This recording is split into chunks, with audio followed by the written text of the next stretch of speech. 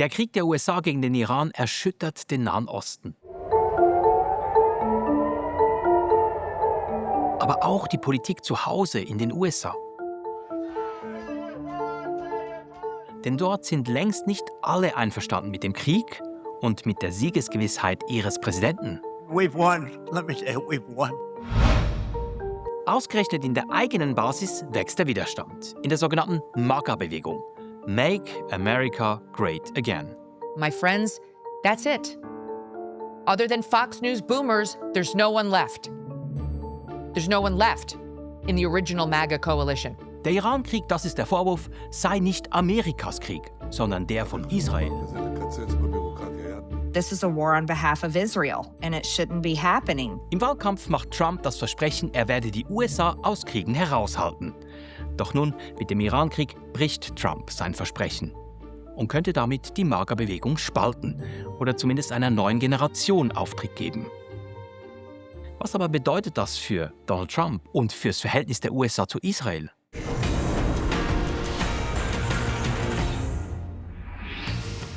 Seite an Seite ziehen die USA und Israel in den Krieg gegen den Iran. Doch je länger der Krieg dauert, desto brüchiger wird das amerikanisch-israelische Bündnis. Und desto heikler die Lage für Donald Trump. Denn in seiner MAGA-Bewegung wachsen die Zweifel. Am Krieg, an der Nähe der USA zu Israel, aber auch an Donald Trump selbst. I don't care about credit. Naja, ganz egal wohl nicht. Und deshalb wollen wir uns das alles etwas genauer anschauen. In Teil 1 dieser Folge von SRF Global geht es um die wachsende Kritik an Trump in den eigenen Reihen. Im zweiten Teil gehen wir näher auf diese Kritik ein, auf das Verhältnis der USA zu Israel und den Vorwurf, Trump sei eine Marionette von Benjamin Netanyahu, dem israelischen Ministerpräsidenten. Und zuletzt im dritten Teil schauen wir auf die langfristigen Folgen für Trump, MAGA, die USA, für Israel. America First is focusing on the things that are affecting Americans in their daily lives. And Iran was not affecting anything in Americans' daily lives. There are not bombs falling on our heads. We aren't living under missiles or drone strikes in our towns and in our cities. That's not the reality here in America. What's affecting American lives is the cost of living. Dass die Linken und die Anhängerinnen und Anhänger der Demokratischen Partei Donald Trump kritisieren, das ist nichts Neues. Neu ist, dass die Kritik jetzt auch von den eigenen Leuten kommt, aus der MAGA-Bewegung. Dear Mr. President Trump, I'm sick of it. Can't he just behave like a normal human? Well, it just seems so insane based on what he ran on. I mean, this is why a lot of people feel betrayed, right? He ran on no more wars and these stupid, senseless wars, and then we have one that we can't even really clearly define why we did it. Einflussreiche Frauen und Männer, die Donald Trump 2024 zum Wahlsieg verhelfen, sie wenden sich von ihm ab. But now we're in a weird moment, an even stranger moment, where a lot of people who really like Trump are very disappointed in Trump. In fact, more than disappointed, feel betrayed or enraged, feel like suckers. Es gibt viele Gründe für die Entfremdung. Der Epstein-Skandal. Die Einwanderungsbehörde ICE, die 2 weiße Amerikaner tötet. Doch nichts spaltet Trumps Basis mehr als der Iran-Krieg. This war is something that he promised he wouldn't do, not once, but countless times. Great nations do not fight endless wars. We will keep America out of foolish, stupid, ridiculous foreign wars. No new wars. We don't need the wars, foreign lands, countries you've never heard of, countries that don't even want us there. Trumps Zustimmungswerte sinken, zumindest wenn wir Umfragen glauben dürfen. Etwa 60% der Amerikanerinnen und Amerikaner stehen nicht mehr hinter ihrem Präsidenten. I think the division is real, but I don't think it's new. What seems to have happened is that the Iran situation has magnified divisions that already existed in MAGA. And most of the time, the Republican elites were able to paper over these divisions by just shifting focus to Trump and his popularity. Einmal sagt Trump, das sei ihm alles völlig egal. um dann aber ziemlich frustriert über eine Handvoll Podcaster herzuziehen. Deren Kritik zeuge bloß von einem tiefen IQ. Die seien dumm und verrückt. All of these people supported Trump and sacrificed for the benefit of America First in this movement. Now they've all been devoured by it. They've all been backstabbed and betrayed and thrown under the bus by it.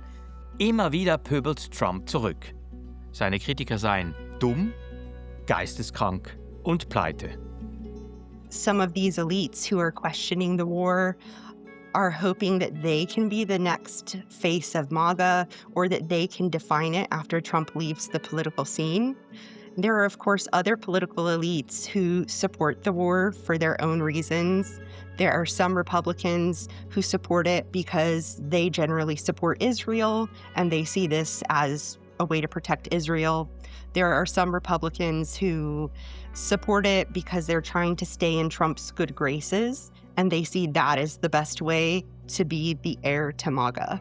But overall, this is a space where the elites in the coalition are fighting amongst themselves over what's next.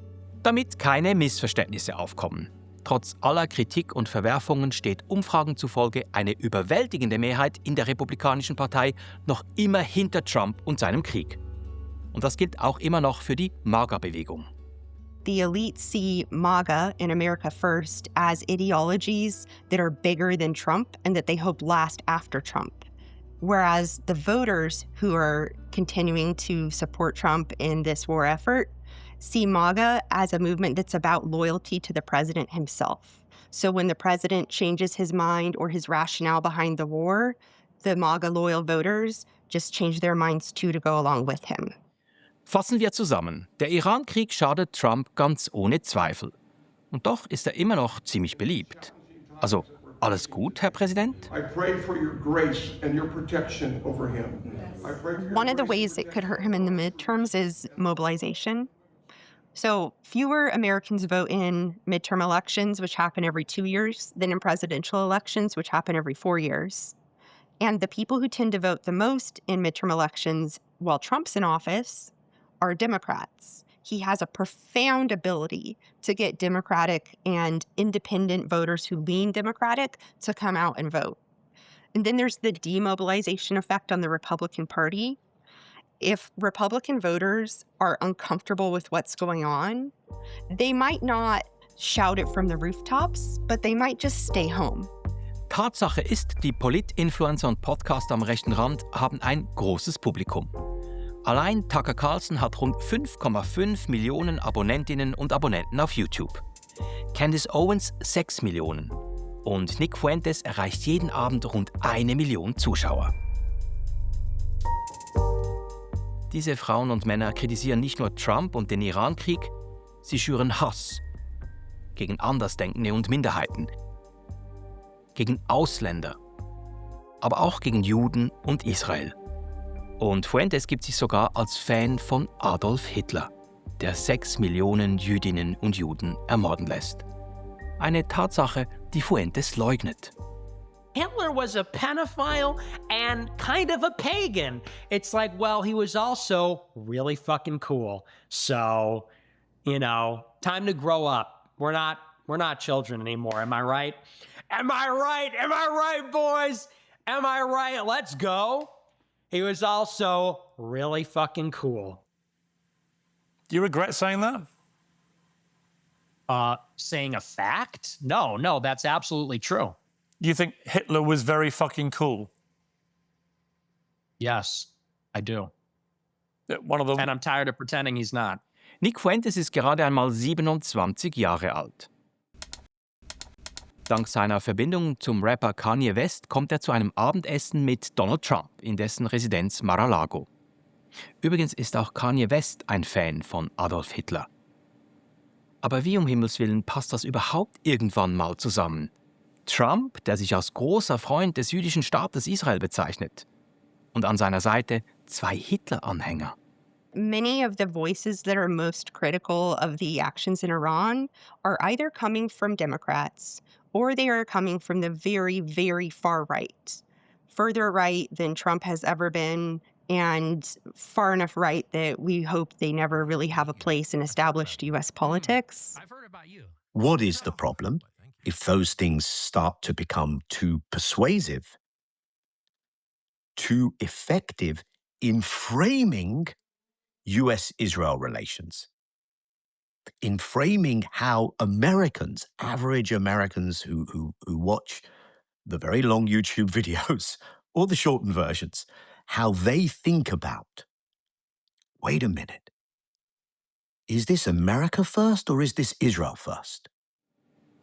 Als Hitler-Fan gehört Nick Fuentes zu einer kleinen radikalen Minderheit unter den Anhängern oder ehemaligen Anhängern von Donald Trump. Aber nicht wenige kritisieren die israelische Regierung und geben Regierungschef Benjamin Netanyahu die Schuld am Krieg gegen den Iran. And you're a slave to Israel, Trump. It's not Israel. There are a lot of people who disagree in Israel. I know some of them. It was the Prime Minister of Israel, Benjamin Netanyahu, who pushed our president into doing this. So you could think of a young American who does not like what Israel is doing in Gaza or in the Middle East in general. And then they realize that Tucker Carlson also hates it. And then they decide, well, Tucker Carlson is probably a source that I should keep listening to because he agrees with me on this one issue. And then they start to get his other content as well, which ranges from conspiracy theories to the Great Replacement theory, which is the idea that Democrats are trying to replace white Americans with non-white Americans.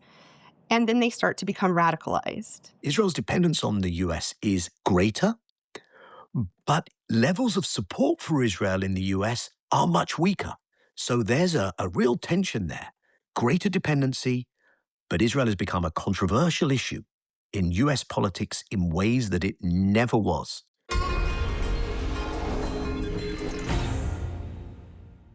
The Republican Party is still, by and large, very supportive. There are outliers, most of whom, I might add, are not in Congress.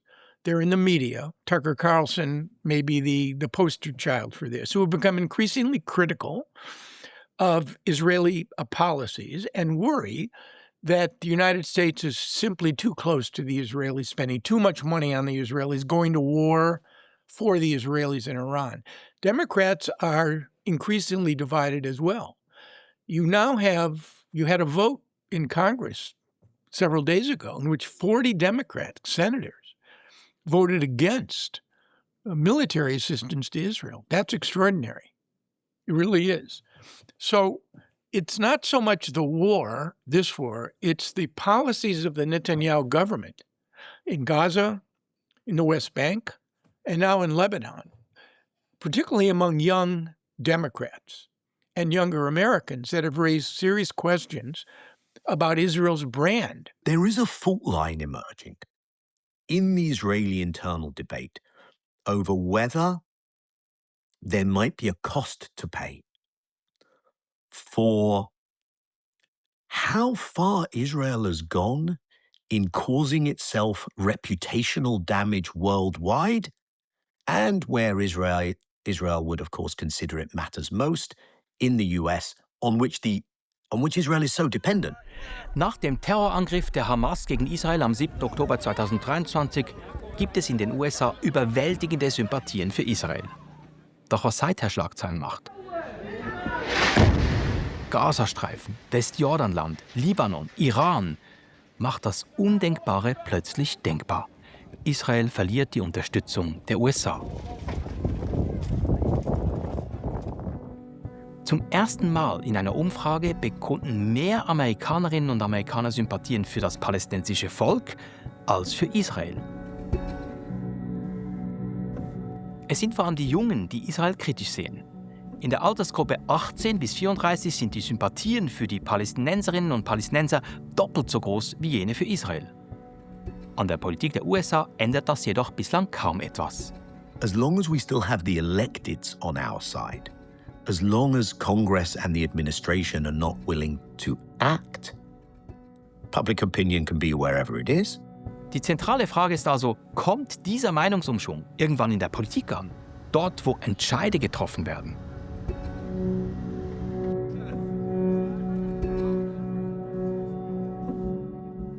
Gerade sagen 40 Senatoren aus der Fraktion der Demokraten Nein zur Lieferung von Militärgütern an Israel. Zum Vergleich ähnliche Abstimmung vor einem Jahr, bloß 15 Neinsager. Es geht für die USA nicht nur um Außenpolitik, sondern auch um sehr viel Geld. Israel ist nämlich der größte Empfänger von amerikanischer Auslandshilfe. Seit dem Hamas-Angriff 2023 gibt es zusätzlich Militärhilfe in der Höhe von mehr als 16 Milliarden $. Und diese Zahlungen stehen in der Kritik.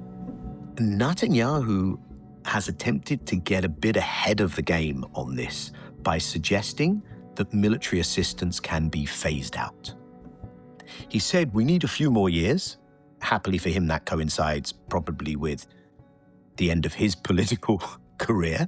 Some in Israel are nervous that Israel is setting itself on a trajectory which will blow back dramatically in its face and threatens the very existence of the state because it is not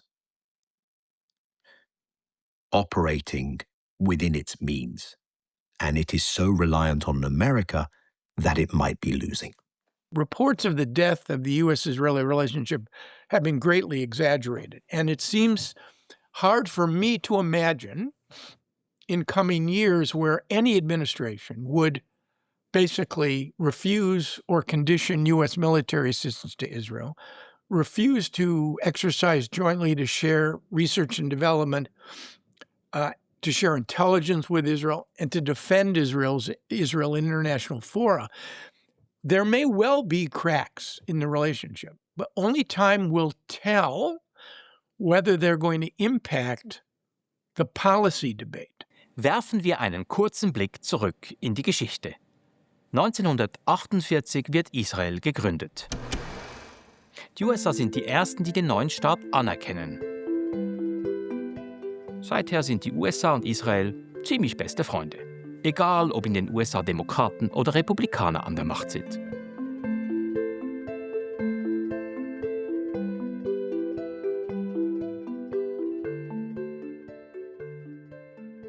We could not be happier in this partnership with Israel. America's enduring friendship with Israel. The bond between our two countries is unbreakable. The incredible partnership between the United States and Israel. We stand with Israel. We are you and you are us. Es ist eine Partnerschaft in vielerlei Hinsicht.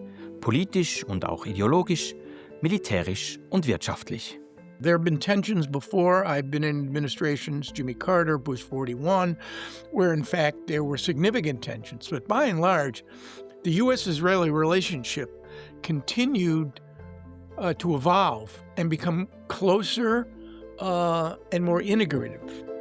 Enger, stärker, aber schon auch mit Differenzen. Gerade weist Trump Netanyahu in die Schranken. Er, Zitat, verbietet Israel, den Libanon zu bombardieren. Und der Befehl wirkt. Israel bekennt sich offiziell zur Waffenruhe im Libanon, obwohl es die eigentlich ablehnt. During the ceasefire in Lebanon, Israel continued to maintain positions inside Lebanon. So every day there are still skirmishes. You look at, there's a ceasefire in Gaza. Is there? More than 700 Palestinians have been killed since the ceasefire. Israel still occupies 60% of Gaza. The humanitarian assistance is mostly not let in. Even tents, poles for tents, for shelter during winter wasn't allowed in. So again, Israel can look at this and say, we can absorb one unpleasant Truth Social posting because our influence is still so significant. And the way this is framed is still so determined by our side that we have tremendous room for maneuver. Believe me, it's an election year. Benjamin Netanyahu needs Donald Trump to win. He needs Trump as an active campaigner. He needs Trump to continue to push for a pardon. The prime minister is on trial for bribery, fraud, and breach of trust in Jerusalem District Court. Trump has said without Netanyahu, there would be no Israel. So that's the kind of rhetoric that Netanyahu needs to win re-election. So he will do whatever Donald Trump tells him to do. Full stop. Der Sieger des Irankriegs steht für Donald Trump schon fest. Er heißt Donald Trump.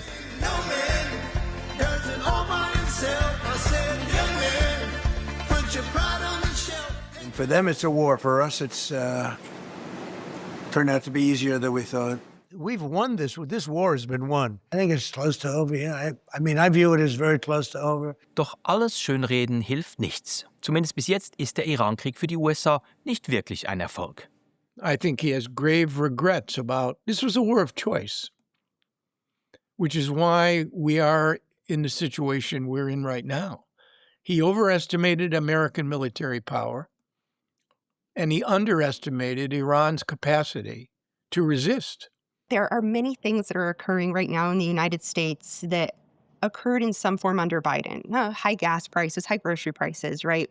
But now it's much, much worse than it ever was when Biden was president. And the same people who complained about it incessantly when Biden was president are absolutely quiet right now, which I think means that there's a little bit of tension. They aren't willing to come out and criticize gas prices or food prices because they know that reflects on Trump. But over time, these things are going to become too uncomfortable to ignore. And I think it's the little day after day economic issues that might start to chip away at Trump's support. Die steigenden Preise sind auch eine Folge davon, dass die Meerenge von Hormuz für Öltanker gesperrt ist und dadurch Öl knapper und teurer geworden ist. Eine Folge des Irankriegs also, die auch den amerikanischen Konsumentinnen und Konsumenten Schaden zufügt. And maybe America itself is weakening. We no longer live in a unipolar era. So maybe Netanyahu's thinking is, we either use it or lose it. Let's take advantage of the fact that there still is American power. We can still get America to do what we want. And uniquely, we have this character of Trump in the White House. And we've seen the reports in the New York Times and elsewhere about how Netanyahu convinced Trump, which he couldn't do with any other previous president and couldn't even do in the first term, convinced Trump to come into this war. So maybe it's use it or lose it. Yes, Israel will pay a price for this. But perhaps Israel can establish itself as such a dominantly powerful regional player that actually Israel can transition to a post-American dominance reality by using American power while it's still there. Ganz im Sinne von, man nutze Amerikas Macht, solange Amerika noch mächtig ist. This is a prime minister who's still in court. Every week his lawyers go to the court and say, I'm sorry, our clients, the prime minister, can't appear this week. We have multiple wars that he needs to be managing. So this is a prime minister who has now sees himself as indistinguishable from the state. L'État, c'est moi. So Netanyahu is, I think, misreading this reality. I think this is overambitious, overreach, reckless, dangerous for Israel. Benjamin Netanyahu kämpft um seine politische Zukunft und steht selbst zwischen den Fronten. Donald Trump hat ihn dazu gedrängt, im Libanon und auch im Gazastreifen eine Waffenruhe zu akzeptieren. Die Hardliner in Israel aber wollen, dass er weiter Krieg führt. Israel is testing how far it can go. And it will either have the good sense to understand when it hits obstacles that are insurmountable, or it will keep pushing forward and generate the kind of counter-reaction which it will not know ultimately and eventually how to manage. The Netanyahu way of looking at this is, everyone keeps telling me I've gone too far, but I kept going. I've destroyed Gaza, it's done.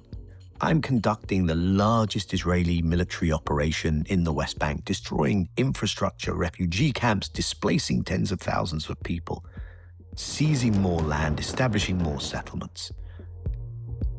Not done since 1967. And we're managing it. We occupied territory in Syria. We occupied territory in Lebanon. We brought the Americans into a war with Iran. And look, is it fun? No. Citizens have to go to shelters, etc. But are we still managing this? Yes. So Netanyahu is saying, anyone who thinks that I'm going too far, show me the proof of that. He's basically laying down the challenge that Israel cannot be contained or deterred. And as long as the blowback doesn't come, it means it won't come. Israel testet, wie weit es außenpolitisch gehen kann und muss dabei auch immer die amerikanische Innenpolitik berücksichtigen. Trump owns the Republican Party. He still owns it. You look at all the polls. Tucker can say what he wants about Israel. Marjorie Taylor Greene, Candace Owens, all of them. It's not going to damage Trump. The Republican Party before Trump was thought to be a coalition of fiscal conservatives, social traditionalists, and foreign policy hawks. Trump brought in isolationists and people who oppose free trade alongside all of those other groups, as well as people who we might think of as alt-right or extremist far-right populists. These people do not agree with one another.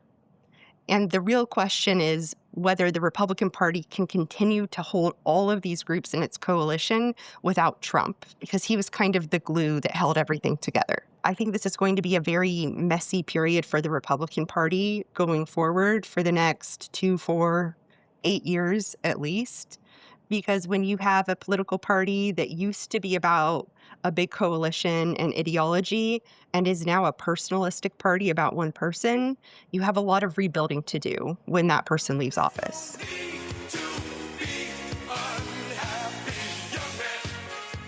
Gerade scheint einiges in Bewegung geraten zu sein, unsicherer geworden zu sein.